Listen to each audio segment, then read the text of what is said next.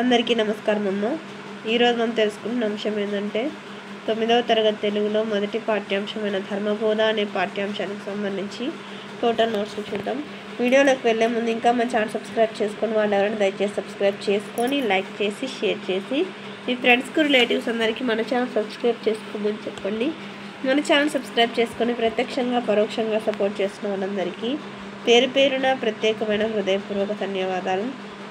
ఇంకా ఆలస్యం చేయకుండా వీడియోలోకి వెళ్ళిపోదాం. మొదటి ప్రశ్న, సత్యవాక్యం గొప్పతనం గురించి రాయండి. తర్వాత రెండవ ప్రశ్న, పుత్రగాత్ర పరిక్వంగం అంటే ఏమిటి?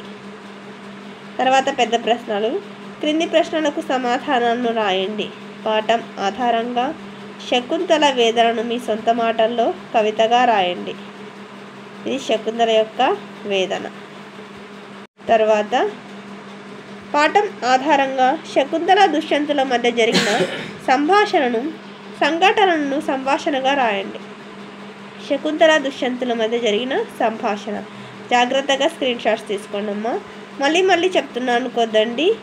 అక్షరాలు కన్నా క్లియర్ కనిపించకపోతే నెట్ క్వాలిటీ పెంచుకొని స్క్రీన్ షాట్స్ తీసుకోండి అమ్మా.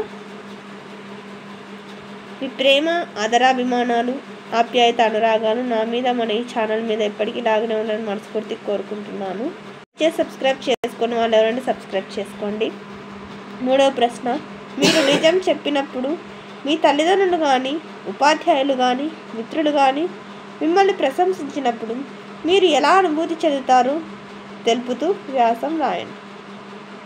జాగ్రత్తగా స్క్రీన్ షాట్స్ తీసుకోండి అమ్మా. ఎక్కడికక్కడ స్క్రీన్ షాట్స్ తీసుకోండి. ఒకవేళ అక్షరాలు కన్నా క్లియర్ కనిపించకపోతే నెట్ క్వాలిటీ పెంచుకొని స్క్రీన్ షాట్స్ తీసుకోండి. భాషాంశాలు, పదజాలం. క్రింది వాక్యాలు చదివి ఎరుపు రంగులో ఉన్న పదానికి అర్థం రాసి వాటిని ఉపయోగించి సొంత వాక్యాలు రాయండి. ఇక్కడ ఆచార్యుడు అంటే గురువు, విపత్తు అంటే ఆపద. మీరు నిజం చెప్పినప్పుడు మీ తల్లిదండ్రులు కానీ, మీ మిత్రులు కానీ ప్రశంసించినప్పుడు మీరు ఎలా అనుకున్నారో వ్యాసం. మళ్ళీ చెప్తున్నాను అనుకోద్దండి, కొంచెం క్లియర్గా లేదని మళ్ళీ చెప్తున్నాను. జాగ్రత్తగా స్క్రీన్ షాట్ తీసుకోండి. ఏమనుకోద్దండి, కొంచెం జలుబు చేసింది, అందుకోసమని వాయిస్ సరిగా లేదు. శృణుతం అంటే సత్యం, హృదయం అంటే ఆహ్లాదకరం, యశస్సు అంటే కీర్తి, ఊత అంటే ఆసరా. పర్యాయ పదాన్ని రాయండి. భూమి, వసుధ, పుడమి. ఆసరా అంటే ఆధారం, అండ. భార్య అంటే పత్ని, ధార. తనయుడు అంటే పుత్రుడు, సుతుడు, కొడుకు. ఏనుగు అంటే కరి, మాతంగము. నానా అర్థాలు. ధార అంటే క్రమము, నీటి చాలు, వితరణం, కత్తి అంచు. ధర్మం అంటే పుణ్యం. ఇది స్క్రీన్ షాట్స్ తీసుకోండి. ఎక్స్ప్లెయిన్ చేసుకుంటూ పోతే వీడియోలు ఎంత అవుతుంది. ప్రకృతి, వికృతులు. పుస్తకం ప్రకృతి, పొత్తం వికృతి. నీరు ప్రకృతి, నీరము వికృతి. ఈ వికృతి, ప్రకృతి, వికృతున్నా జాగ్రత్తగా స్క్రీన్ షాట్స్ తీసుకోండి. వ్యతిరేక క్రియలు. ఇక్కడ వ్యతిరేక క్రియలకి ఎప్పుడే కానీ ఇలా పెట్టుకోవాలి. ఓకేనమ్మా. ఇది వ్యతిరేక అర్థాలకి ఉదాహరణ.